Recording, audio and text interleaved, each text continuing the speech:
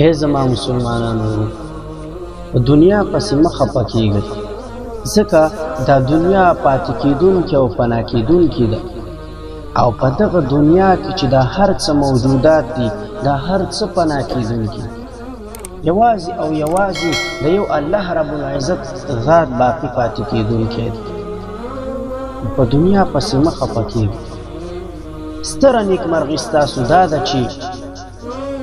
د دنیاوي ګټو په له منځه تللو پسې خفه نه شئ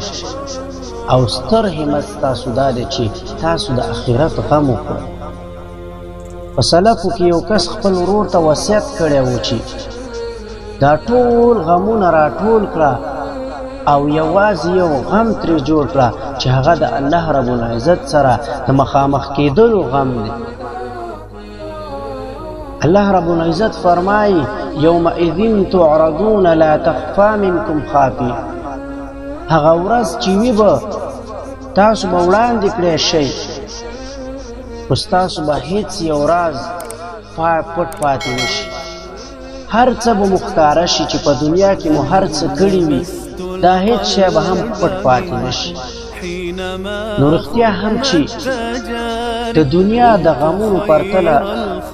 د دنیا دا ټول غمونه د آخرت د غم پرتله هېڅ هم نه دي همدارنګه الله رب العزت د منافقانو خپلو دشمنانو په اړه فرمایي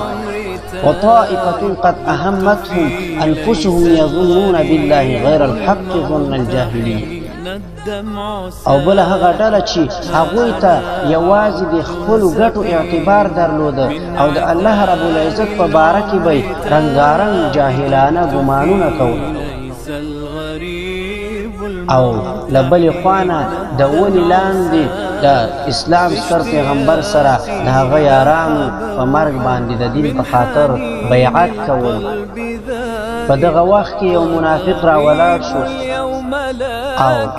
پیغمبر علیه الصلاة والسلام ته وفرمایل چې زما خو اوښ ورک شوی دی زه باید د هغې په لټه کې شم د هغې پسې باید ووځم هغه پیدا کړم د ستاسو د دې بیعت نه ماته د هغې پیدا کېدل چې دی دا بهتره دي نو کله چې دا لاړو د دې نه وروسته د اسلام ستر پیغمبر محمد رسول الله صلی الله علیه وسلم وفرمایل كلكم مغفور له الا صاحب الجمل الاحمر پتاسو کې هر چاته بخنه وشوه خو مګر هغه د سور اوښ والا چې دی هغه د الله رب العزت په قهر او غضب باندې اخته شو دا ته په څه وجه باندې دا په دې وجه باندې چې د دنیوي ګټو ته چې دی په اخروي ګټو باندې اعتبار ورکړو د دنیا په لټه کې ووتو او د آخرت غم ورسره نه و هغه پرېښودو چې هغه بیعت کول و د محمد رسول الله صلی الله علیه وسلم سره نو د دې وجې نه دا د الله رب العزت په قهر او غضب باندې نو مونږ او تاسو هم باید دنیوي ګټو دپاره چې دی اخروي ګټې پرې نږدو او د دنیا په لټه کې نه شو باید مونږ او تاسو د آخرت غم وخورو د آخرت په لټه کې شو د آخرت لپاره څه توښه برابر نو د هغې په وجه باندې به مونږ د الله رب العزت کامیابي را نصیب کړي او آخرت به مو ښایسته شي ځکه دا دنیا چې ده دا پاتې کېدونکې ده او هغه ابد ژوند باید مونږ ښایسته کړو د هغې لپاره څه تیاری وکړو الله رب العزت دې مونږ ته د عمل کولو